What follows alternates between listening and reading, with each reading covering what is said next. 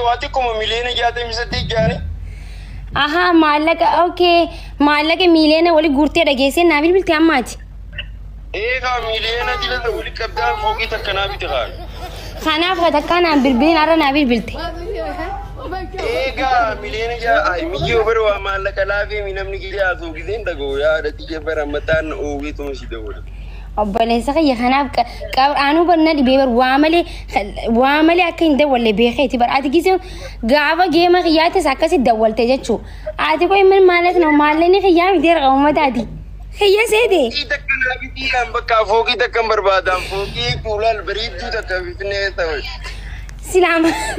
silaa maallaqa fooqiitti deemuu qabaadhaan maali godhe biyya tana keessaa maal jechuudha bakka nu wali sii goora gaaytu nu qabu ani kanin jaw meera bisu daadhite ati ama maallaqa ummata keenyaati barka ummata keenya argeeti baraati xiqqashoon qaanfattu harargeen baanu baran hii kan baanta araan harargeen baanu harargeen miti ashawaadha maal jechuu barbaadeetti waa sana osoo hin ta'in dhageeffadhu an kanin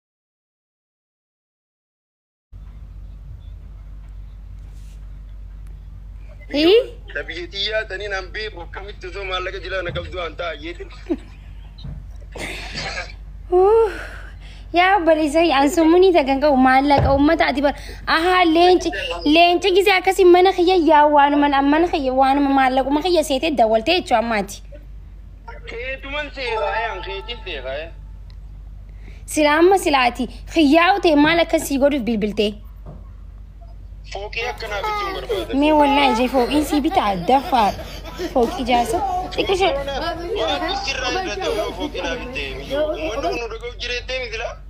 laawu dirasi godhee hin jirara sagaleen ta'e namni hundi si dhagahu jirara wallaahi alaaziim Aw bani Adam kana mi senuma murtii taajeen jireenyaati kun qaalee mun qaaloo ni gaa bargaa baate asitti bar bishaan qarshi kudhan ture litir takka amma 25 yeer dachaa bira kute persentii 75 daatee jireenyi qaaloo ni Itoophiyaa atu ko qabda anna maal si agargaaru saayiba khiyya ajaa'iba bar bakka ati du'a mogodun nagargaari gaa akkana taatee silaati fooqii amma fooqii yatti sana eessatti arkite fooqii sila Foki mana Jawar Mohammed Khadruani kana biri irtu takka bar foki bareedina foto wasiti sirga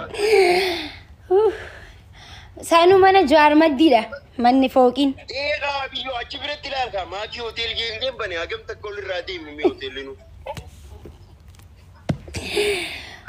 waan ajaa'ibaati gaa waan ajaa'ibaati silaa dhagaama Arawan ajaa'ibaati shubutii teenya rabbi umriitti adeemsu ati tujaaroom tafuula dura Sila ati eenyu sitti hime kana ati nagarre moo nama sitti hime Araan nagarre gashtiyyaan TikTok seenu barre TikTok seenuun hin dhiise Naa namni natti himu bakka tiyyaa miliyoona laafin guurrannee naan jaan miliyoona laafin guurrannee Way warra biyya akkamitti bituu qabdi jeetuma murteessa Way waliin baranne waliin nyaanneetti dabaltee jechaati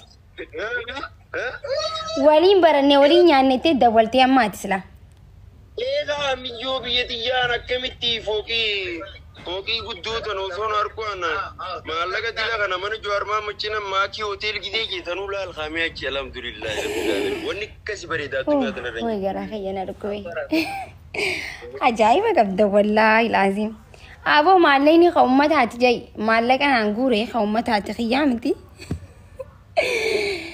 yaa khiyyaamiti tasgabbaawashi eddaanuu ajaa'iba mu ilkee qarattanii dawaluun keessa maasha Allah isin rajaaladhe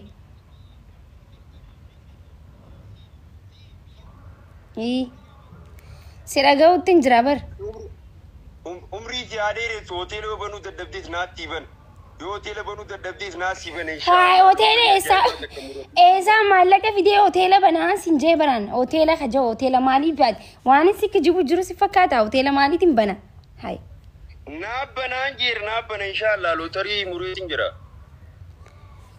ati bani wayyu akkas wayyaa bar sila eenyu faadha ka waan kana odeessoo sila haasa'u jirtani waan akkana sila eenyu faadha ka akkana odeessu Boolee tana keessa sila agarti boolee Atlas boolee Rwanda boolee Marree jetta maakiin akka miliyoona Marree zaagaa sitteeji maakiin miliyoona Marree bakka anna dibdeewu Ashti bar mana banki keessa gisee deete araan qabu qarshii deemaa kidda waluduu beete namni kana sinjaa.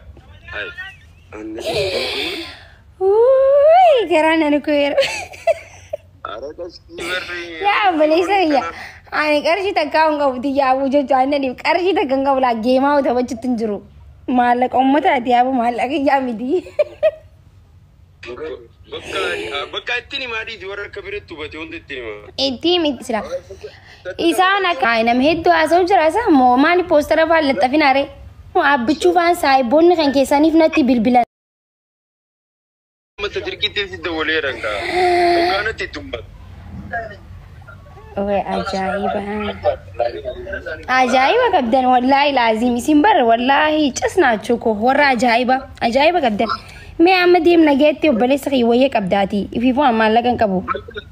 Bakka ati rakkoon qabu waan ta'eef bakka wanti dandeettis naa erge. Naaf ergitaa? Maal godhuu dandeenya? Galatoomii hedduu takka dhugaa. Thank you so much. Ayyee qashtiyyee bakka asitti haa tolu. Ayyee baay'ee. Ajaa'iba bar. Guys, amma duras dhargee fedhaa isinitti himaa. Hoblaan du'e bar. Amma duras geeman taphadheen argee fedha. Geema taphadheetiin maakii miiliyoona meeqa guurratti jaanii. Wallaahi mucaa fira keenyaa nama badiin harkine. Bar amata meeqa guutuu badee jira bar barbaannee dhabnee bar. Fira laal fira akkasitti jechuun fira. Amata meeqa guutuu barbaaddamee dhabame. Gaafan an geema taphadhe guyyaa lammaffaa kanuma silkii na bilbilee heeloo jeetuma ana baraabaduu dhaqse hii aboo ati numa jirtaa hai maaliif gisee warri si barbaadu silkii bar si barbaannee dhabne na an bar fuudheetiin akkatti ilmootii akkas ta'ee jee maallaqa na ergeef nama du'ee jennee bar nuti irraanfannee hundaa bilbilee jechuu amma maallaquma dheengata uummataaf mana kiyya guurameessan maakiin miiliyoona meeqa guurtee fooqii binnaa manaamin jaanii na bilbilan jechuun min maallaqni hoosti na dhibaa baraangis takka takka warri biyyaa kun na kopalchisa warra balkaaba ani amma mee fooqii jaaruu miti xiyyaafuu qabu bar maallaqaa xiyyaafuu qabu bar xabshiidhaa bar akkumatti namni maqaa kiyya kun alaa wallaahi giseen kaayiroo tana keessa illee deeme maakii naan jaan wallaahi an barii fi waata kan qabu rabbumaatu maqaa kiyya kanatu jaara godhee malee usaati maallaqa baastu faanaan jaa baraanii hin qabu yoo jee namnummaa na namanu ijoollee biyyaa amma giseen addawalan wallaahi hin qabu ammas mana madaam dalaguu dada'u kalee na dhukkubu ture.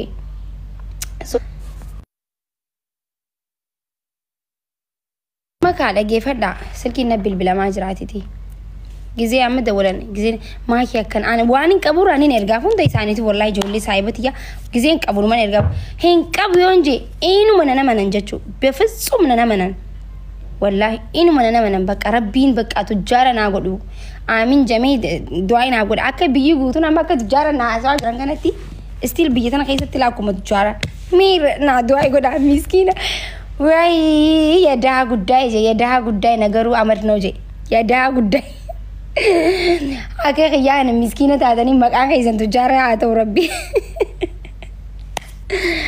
warabbalkaa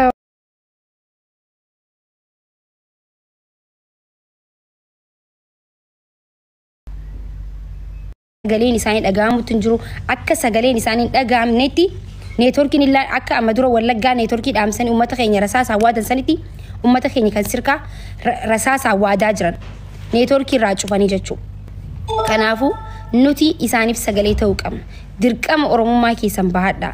Ani viidiyoo hojjedheetiin jira reefu sa'aat akka dura yoo barbaaddan osoo hin dirqama baay'isa yoo barbaaddan dirqama keessan thank you so much dirqama keessan baachuu qabdan dhaqaatii viidiyoo san hundi keessan duit godhaa yoo kiyya duit godhuu fi sheer godhuu hin feene immoo keessan hojjedhaa post godhaa nama 100 olu akkana duit godhee jira amma deema namni as jirtan kunis hundi keessan deemaatii duit godhaa sheer godhaa wallaahi haalli bika sanii akkanaan dubbadhu miti mana tokko keessaa faamilii jaadhabu jechuun meelaala nam tokko ilmi namaa nam tokko mana tokko keessaa yoo dhabe akka nama dhagaama nama jaamiti ilmoon osoo haati ilmoo harma luusisuu jirtuuti itti seenanii jechuu guutuu isaanii ajjeesan jechuu waa'ee kanarraa namni dubbatutti jiru hin jiru seenaa kanarraa namni dubbatutti jiru hin jiru osoo harma teessee luusisuu jirtu mana keessa itti seenanii ilmoo saadhas abbas waliin rashananii bahan jechuudha. Kun hundi kan gaggeeffamu jiru sirkaa keessatti. kun hundinuu Oromiyaa keessatti sagalee dhabanii jiran akka sagaleen arkannetti rasaasa waadamaa jiran neetworkii raadhaamsanii jechuudha. Nuti immoo jaarraa 21ffaa kana keessatti